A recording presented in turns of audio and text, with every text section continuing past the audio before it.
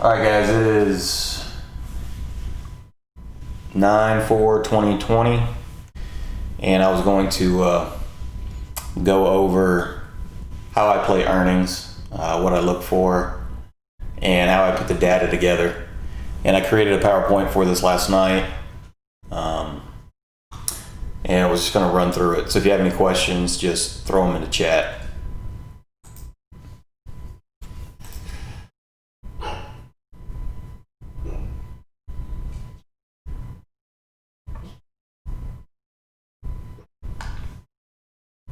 All right. So earnings plays using historical data with technical analysis. That's all I'm doing. I'm just using historical data from a website called Market Chameleon, and I try to combine it with technical analysis to figure out where good pickup spots would be and short spots would be, and that's it. So today we're going to cover why I love to play earnings, 4 different ways I play earnings, the historical data and making that useful, and then combining it with technical analysis, preparing for the trade and executing the trade with correct timing. I may need to stop during this a couple times because I've got a couple positions open that I'm keeping an eye on, and so I apologize if I need to do that. So, why play earnings? For me, it gets kind of boring during the middle of the day where it's a lull, you know, and somebody sent me an email, I think it was Francisco, you sent me an email talking about how you kind of get bored when you play small. And I told you, yeah, trading, if you're doing it right, should be pretty boring. You know, you're just following a plan, but earnings, you know, you get a whole day's move in 10 minutes, you know, sometimes it's 15 minutes, but you get a lot of range. It's quick hitters. There's a lot of liquidity. It creates gaps, and I love to play gaps. And I have some data to base my moves off. Oh, thank you. I need to switch that. Here. I always do that. I forget to switch it over. Let me find that OBS.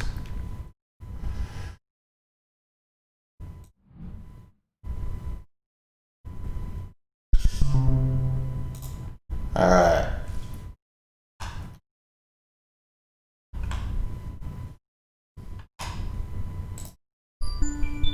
That better?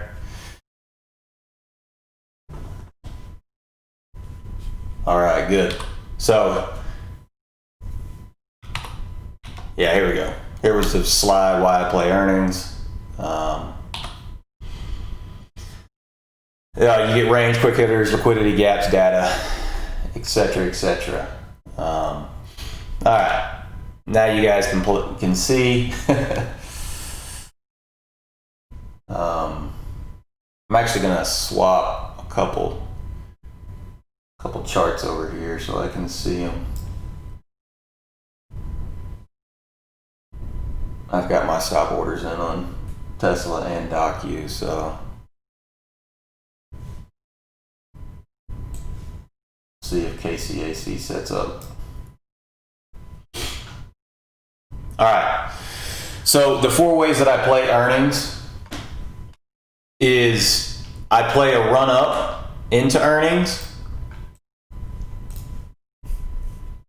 So that's before earnings, right?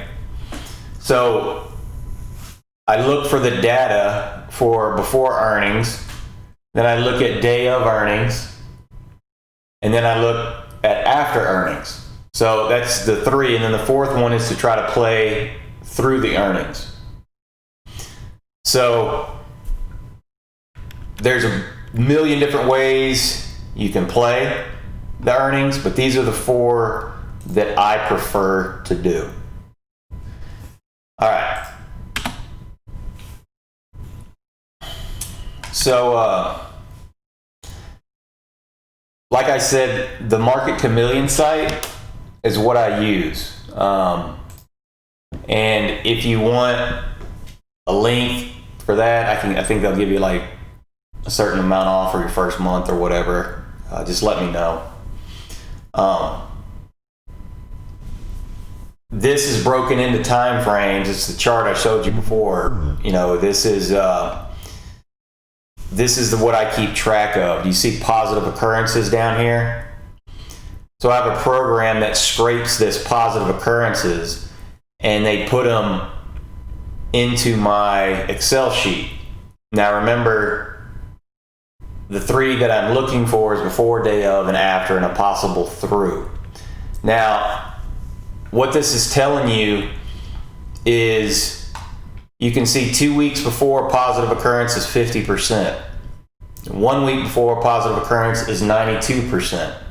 So what that means is on this particular stock, 92% of the time in the last 12 earnings, we've gone up, right? That's what a positive occurrence is. And you can see all the data above it. You see 1 week, there's only one negative number in there. It's 2.4. And that's where the 92% comes. So 11 out of the last 12, it's been positive run up into earnings. So the same thing here on 3 days, and then 2 days it drops to 75%, 1 day 58%. So this gives me data that, hey, we run up, right? This looks like a good run up candidate. But then you look at the earnings move. So this 25% earnings move, that means 75% of the time we go negative. If positive occurrence is 25, we know that negative is 75, right? The opening gap, what that means is, so from the close the day before till the opening of today, you know how earnings creates gaps? It's saying 83% of the time this gap will be down. So this is a good chart to play up into earnings, but if you're long, you don't want to hold through. But it would be a good opportunity to go short against this on earnings days. Drift open to close right here. All that means is as soon as we open, right? So the opening gap, let's say we gap up to $100. The drift is taking it from the opening gap to the close of day. So you can see we gap down most of the time, but you can see, hey, we drift positive decently amount compared to the gap down. It's a 58%, right? Put those two together and that's what you get for the earnings move, right? So that's what drift means. Do you guys have any questions about drift? I know some people were asking me about drift.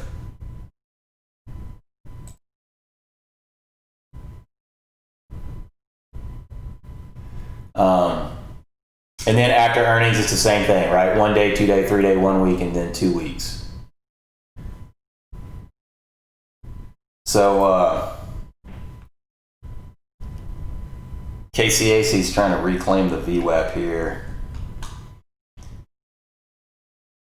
So if we can get a break of this VWAP and a back test of the 2285 area, might set up for a long here.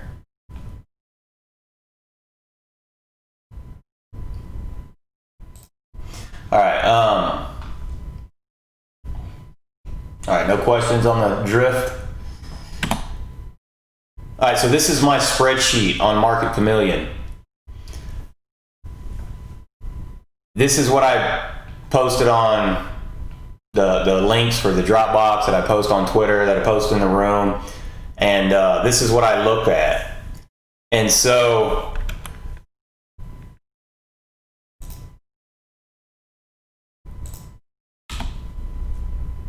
do you see how this is the same thing as the Market Chameleon data up here? So you got 2 weeks, 1 week, 3 days, 2 days, 1 day, earnings move, opening gap, drift to open, and then the after. So it's the same exact data as Market Chameleon, and all I've put in here is positive occurrences. All right, I'm gonna put it in order here.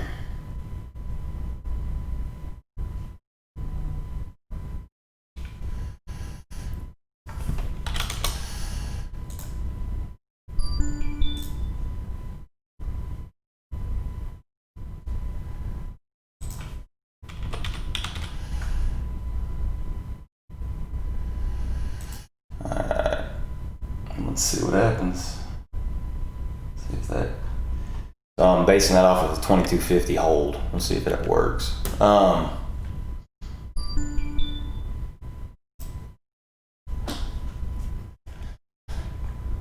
right, so you can see same exact data, right? I'm just putting it in here and looking at positive occurrences. I put them in here so I can go through a lot of charts, a lot of stocks at once. I don't want to have to sit there and type in each one on Market Chameleon. And it's just transferring the data. So then I look for patterns, right? So where do we see some patterns? There's one, right? Home, you see how it kind of runs into earnings? And then here's another one that runs into earnings, right? CLDR. If you guys remember, this was on Kyle's watch list. And so, that seen on Kyle's watch list, seen on the Market Chameleon data, it gives you the confidence to the conviction to take the trade. And crowd runs into it as well. And then down here at the bottom, GameStop, that was the one we were looking at that had the 92% run up. So a lot of these were plays that I played for run up into earnings.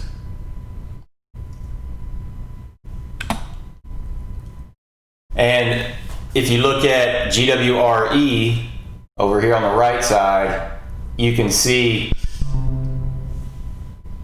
bad data, right? It's negative data after, so you could put on a vertical call spread, short it, whatever you wanted to do.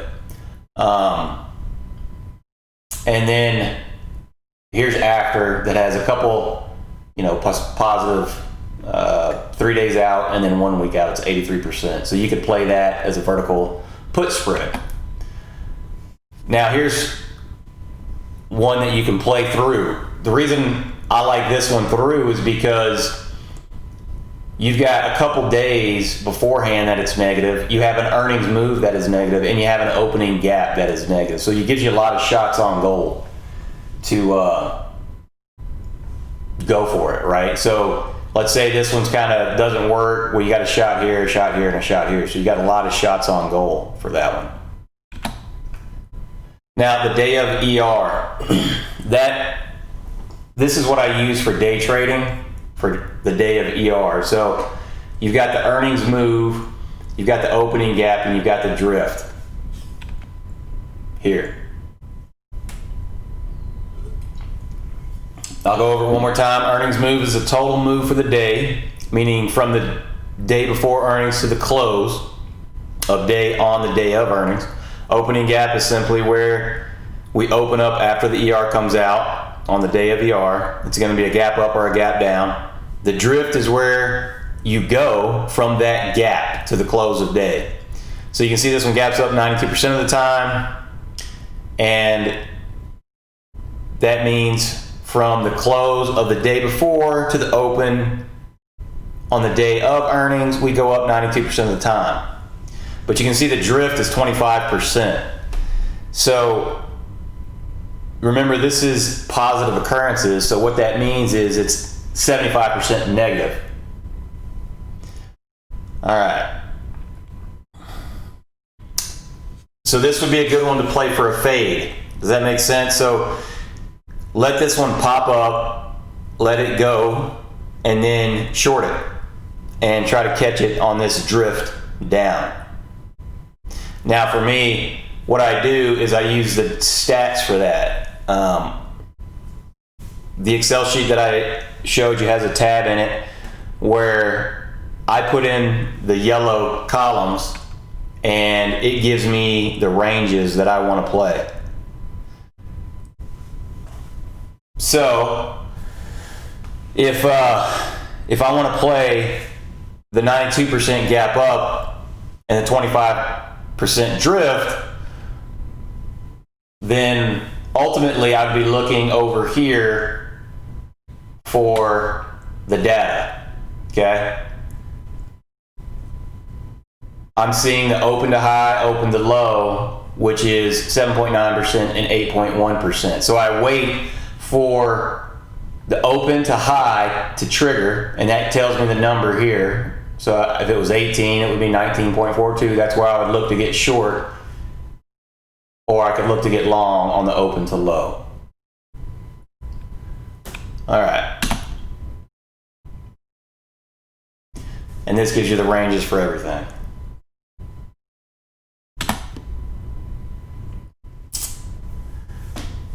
All right, so if I'm wanting to short this because of the drift rate, which I say here, then there's that data, right? Data says short at 1942, which again, remember the data comes from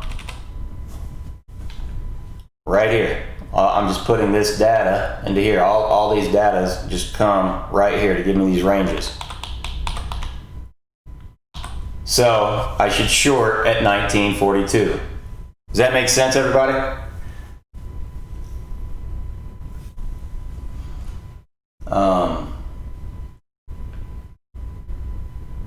Any questions on this so far?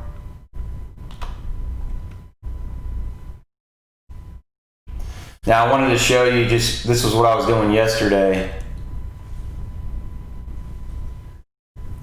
On Docu.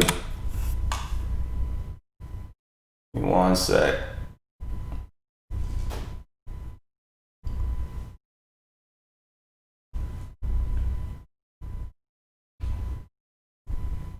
I don't think anybody wants to hold over the weekend.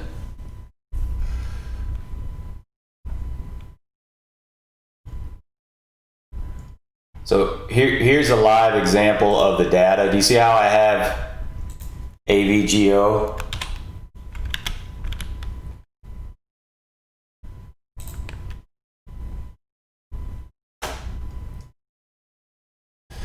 So I had data to start shorting AVGO around between 366 and 370 based off of the data.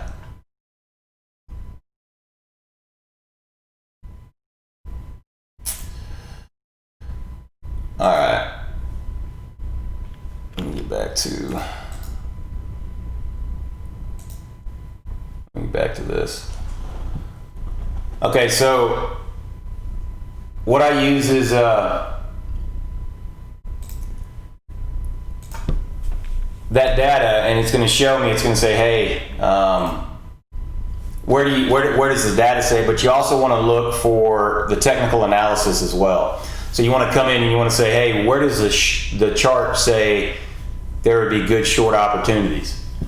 And so this is the 15-minute chart on Docu, and just using, the volume profile, technical analysis, gap close right there would be a great short, right? That's a good one. And then these two are good short opportunities as well, 262 and 260 range, right? So you see these three lines, that technical analysis is saying, hey, this is where you should, or you could get resistance. All right. Now, what does the data say? So on Docu, this is what the data says. Implied move, absolute average move, absolute average gap, right? That's the high side. So does anything line up? What you're looking for is a line up between the data and the technical analysis. Well, look at the 260 area. That's a pretty good lineup, right? So the average move on Docusign is to about that 260 area from close. So what I did was I put in an order to short at 260. I also put in an order to short at 262 and an order to short at 265. So I had these orders in and ready to go. Now, the reason I was so comfortable with the short is because of basically what Zoom did to the market, right? So Zoom took us from 220s basically to 290s on Docu, so we had already jumped. And so I wasn't worried about going higher. I thought if anything, we were going to go lower on Docu. And so I put my orders right on the lines. That's where I had my short orders in. And you can see as soon as I got filled, I was in the profits by $15, $20 per share. It immediately shot up and then just came right back down and tried bouncing again, and it faded off, and it went as low as I think 220 in after hours. So I was pretty positive on the short side. Now I also set up the long side. So what does the data say to long as well as technical analysis? So just in case Docu gapped down, I had orders to buy and I needed to know where to put them. So technical analysis says about those ranges and the data says about these ranges, right? So again, I was more worried about the downside, and so I played it pretty conservative, and I went around the 200 mark. You see this 203.15 was the average move. I'm sorry, the implied move. And so the two that line up were here and here. So I started going in around 205. I had long set at 205 down to 200. Now, of course, Docu didn't hit that. I didn't get filled, so I closed them out, but I got filled on the short side. So does that make sense? I'm willing to play both sides of this trade, whichever way it goes. So always remember that earnings moves are quick. Sometimes they shoot up, come down, and sometimes they'll do the exact opposite, right? The first move is often wrong on the earnings move. Sometimes it'll gap down and then just go up. Sometimes it'll gap up and then just go down. Now, another way to play through earnings is iron butterflies and short strangles. And this is what I was talking to you guys about FedEx, talking to Anant with about FedEx on, is if the implied move is a lot more than the normal move, so let's say the implied move is 20% and on average the earnings move is 10%, then you can make a bet that it's going to stay within a certain range and you can short a strangle. Or if you want insurance, you can buy the iron fly, and that'll give you insurance on both sides. And so what was Docu's implied move? Well, it was 15%. And so what was their average move? Docu's average move is 8.5%. So we were almost 2 times the average. And like I said, it had already climbed high, so I was pretty sure the top side was safe. So what does the risk reward look like for this play?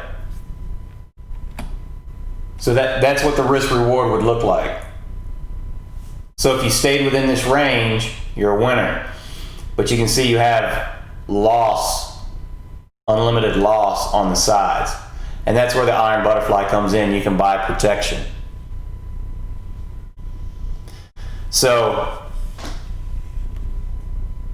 the other reason I was pretty confident about this play was I looked at the historical data again, and you can see of all their earnings reports, only once had it gone above 15%, and that was to the top side. And I was pretty comfortable with the top side because of what happened with Zoom. So I really wasn't worried about that. And so I was pretty confident. Now, what was I worried about? I was worried about the downside. So, hey, but what if I just want to buy protection on the downside? I'm confident in the upside, but what about the downside? So, all you got to do is buy put protection, and it changes your risk profile. So this was my trade on Docu. And so if it goes to 0, I profit 1.6K. If it stays under 268.30, I'm a winner. If it goes up, well, you have unlimited loss up here because I did not buy protection up here.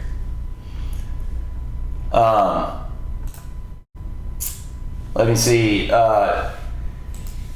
So S-word, it's on Market Chameleon, but it's all, you can get it from most services.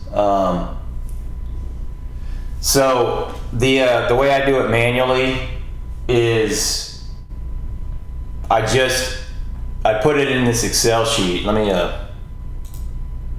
put on the laser pointer here. So this Excel sheet that I have, I just put all that stuff in manually. Here, I'll show you.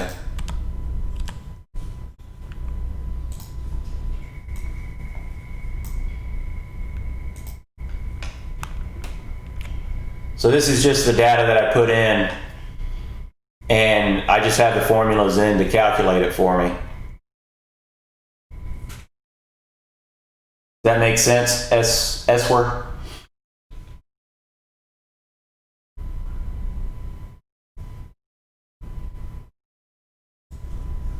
All right.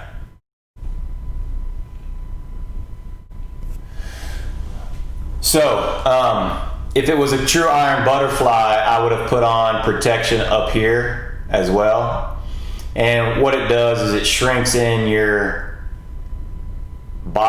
sides, right? So right here it was 211.50. You know, it basically shrunk it down to 218. So that cost for buying the protection shrinks down your range, but it protects you from the sides. All right. So the things to remember is you want to put in the info pretty quickly. So this morning when I was putting in the info, about 5 minutes beforehand, I'm putting in the info on Docu. I'm putting in the info on, I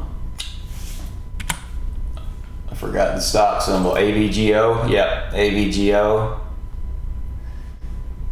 I'm gonna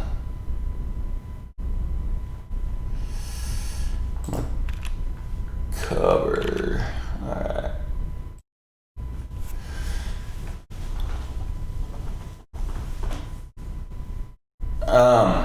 And then have your orders in. So like with Docu, I had my orders in and ready to go. Because if you're waiting to put them in before the after the ER comes out, you're going to miss the move.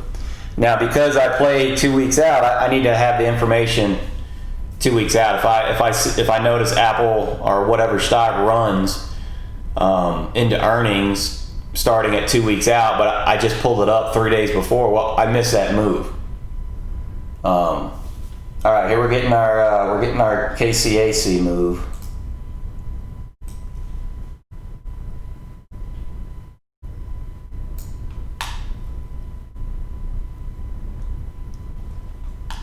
So the way I play is, let me zoom back in on E-Trade. All right, here we go. Here we go. So guys, remember I said 2285 is where I would start picking it up, playing it down to this 2250 level. There we go. All right, guys, live trade. You guys always want them. We've already got a dollar winner on this one.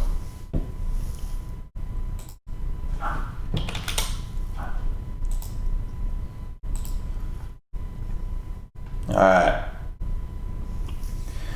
So my speed keys are set up for 500, 1,000, and 5,000. So if I do in between those, I have to manually do it. So I'm going to take a piece off there, and then see if we can add it back on a dip.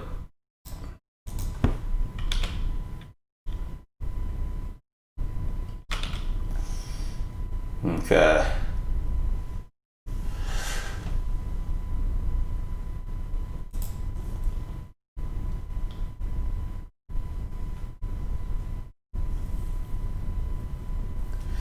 I just want to see if this is going to break up to here, because if it breaks up to here, I'm going to take all the profit off, because we should see a reject back down to this area.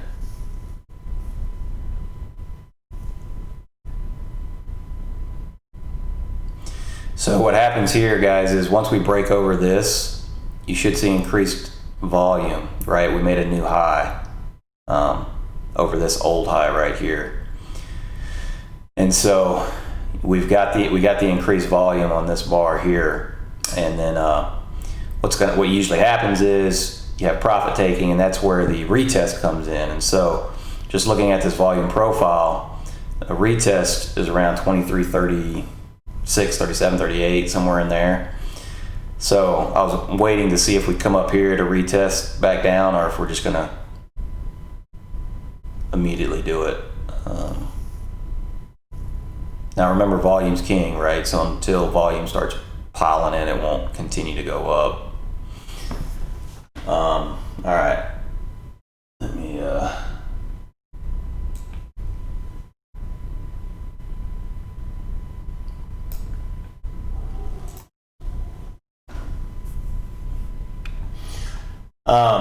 all right, so be prepared. Use the skills of the technical analysis plus the data plus the environment, right? So we knew Zoom just zoomed the market, so everything was just outrageously high. And then, of course, as always, control the risk. All right, guys, any questions on that?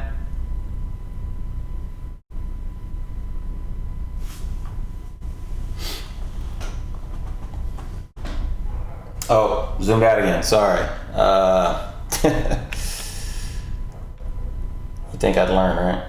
Where is OBS?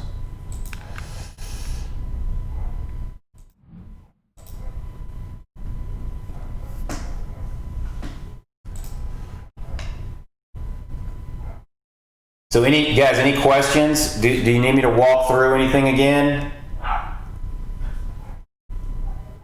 I can show you other examples. Well, it depends on the data, right, Efron? So on 5,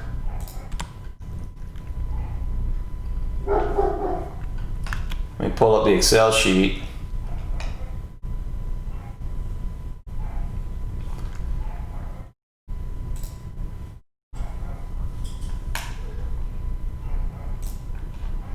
All right.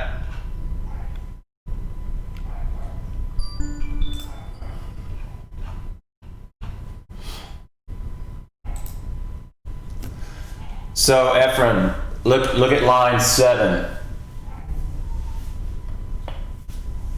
on 5. Can you see that on my screen, Efren? See line 7? I want you to tell me what I should be looking for. Yeah, okay, so 92% that it would gap up, but what else?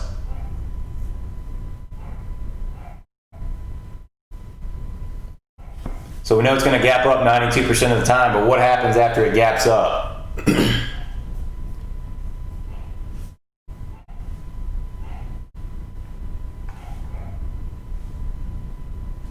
Yeah, which way does it drift?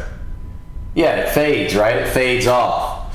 So what I did was I had, let me see if I can,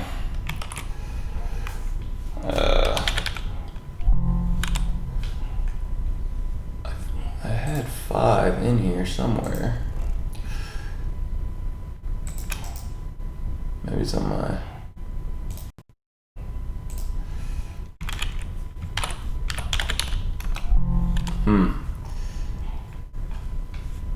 maybe I had it somewhere else. But what I did, Efron, was I was looking for that gap up. Let me pull up 5.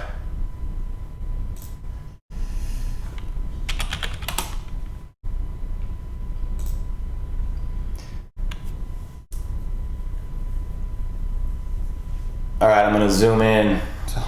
Remind me to zoom out.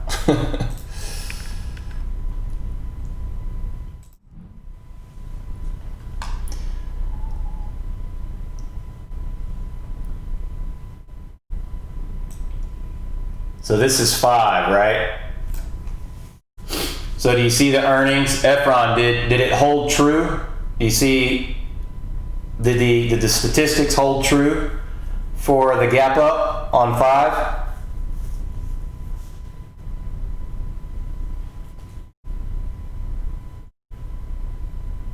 Absolutely, right, it did.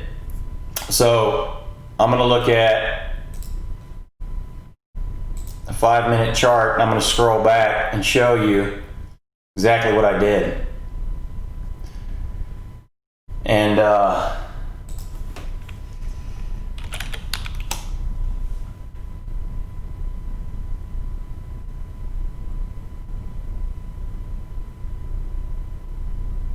yeah, let me,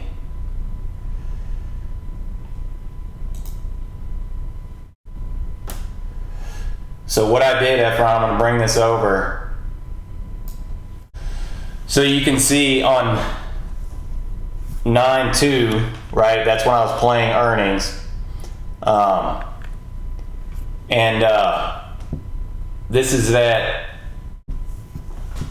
This is that other short room that I'm in that I chat with and we trade together. So what we had done is we had set in orders to short 5. Now, it filled me on 5 because I had a short order on 5 based on statistics that it would gap up to 126 area and fade. And so it immediately did that. So I took profits looking to do it again at open on the gap up, right? So I let it open. I didn't play it anymore, and I let it open. Then I put in the open statistics, Efron, and once again, I shorted it for this fade, and I covered. So does that make sense, Efron, how I played that? So I was playing that fade, and I was able to hit it twice. And it was all based off of 5 data from Market Chameleon. Does that answer your question?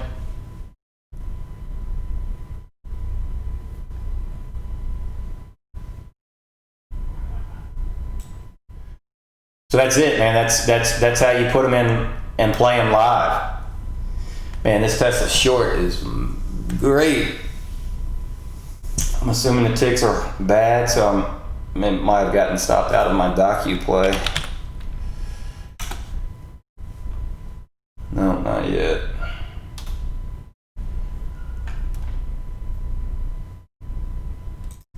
No, absolutely, Efron. Just imagine if you were holding and instead of putting a short order in where I did, you put a sell order in. Well, you just made that move, right? So you made the same move. So let's go back to 9/2. So let's say you get in on the day of and you're in at 116 and you look at the statistics. Okay, well, what's the average gap? And you just put in your sell order at 126 and bam, you're filled. So you can do that. I personally did not, but I do that kind of stuff all the time. And again, it depends on where we are in the markets, where we are in the chart, all of that. So yeah, that's definitely something you can do. And I have another Excel sheet that I keep track of. Let's see, I had a long call based on this and got in around close, but I think it was a bit risky play. So Efron, I rarely do I hold calls or puts through, meaning I'm the buyer of them, unless I'm going for like a super lotto play. So like I may pay 50 cents for something or $1 for something way out of the money. And the reason being, Efron, is because what I'm trying to capture through earnings plays a lot of the times is IV crush. And so your stock may have moved in the right direction, but the IV crush actually takes the value out of your call. Do you know what IV crush is, Efron? Does that make sense what IV crush is? Do you have any idea what I'm talking about? Okay. So you know that you can look and you can see on here, you can see the IV crush on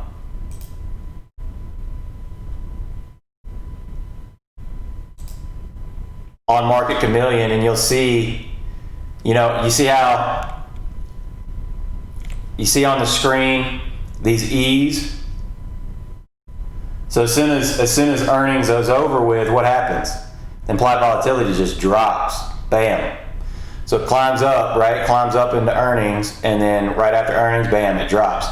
So it's hard to win holding calls and stuff through, because you have to get an outsized move. And when you do, you can get an outsized move, because the people selling the calls and all that, they have to cover and hedge and all that kind of stuff. But I rarely do it unless I'm going for that big outside move, like with Zoom.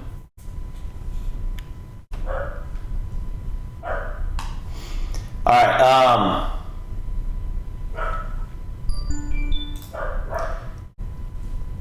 Do you guys have any other questions for me on these earnings plays? If not, I'm going to cut the recording.